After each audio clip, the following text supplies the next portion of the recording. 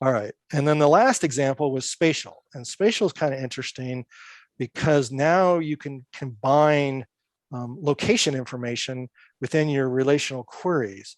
And so this guy, and this would be out of the Spatial Developers Guide, this is literally just demo data. City points is one of the examples. I literally took the example they use in the JSON Developers Guide and added database and memory to it. And so here, before we did with text, we identified the text column, the document column that was going to be, we were going to create the in-memory full text index on. And then in spatial, all we're saying is we're telling, and I did it all in one command, but we're saying that the shape column is a spatial column. So we want to do special work with that column to create points and index points so that we can access that data as part of our query.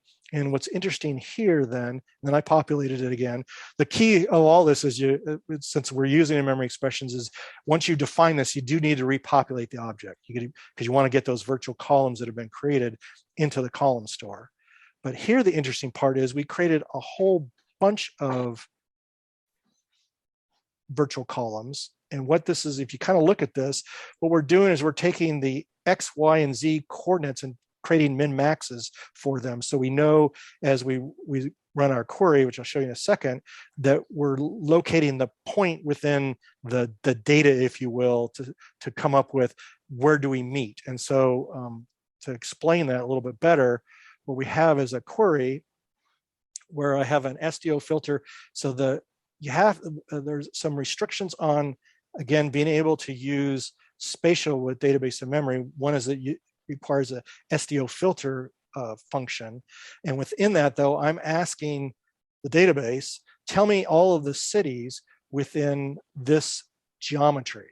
And so you can imagine that you might have a application where you draw a box or something around a particular area, and you want to know all of the, say, townships that are within that area. That's kind of simplistic, but essentially that would be the what would happen, or what you could, what demo that you could do. And in this case, we see that for these particular points, San Francisco is the city that we lock in on. And so you might combine that with some other analytics to say, I'm looking for, I don't know, certain restaurants within San Francisco. Are there any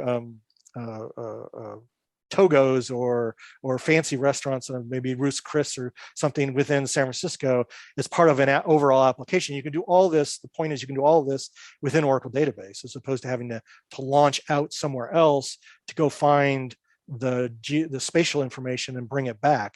You can all do this in Oracle database. And yeah, just to briefly expand on that, right? So sure. What we are doing there is with those 6 XY points, we're essentially trying to bound your polygon that defines the shape with a minimum bounding box. So that's kind of like you can think of as an upper bound of what can encapsulate the polygon. And computer science explanation, yeah.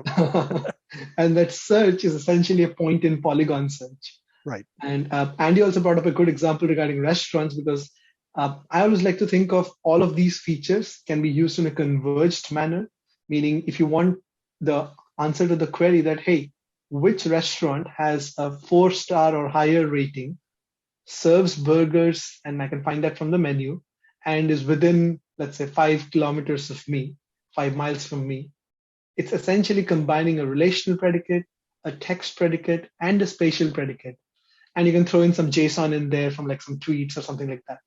So that's where you can use all of these features together. And this is where the real power comes from, the sort of the infrastructure that in-memory expressions provide to provide convergence within the Oracle database.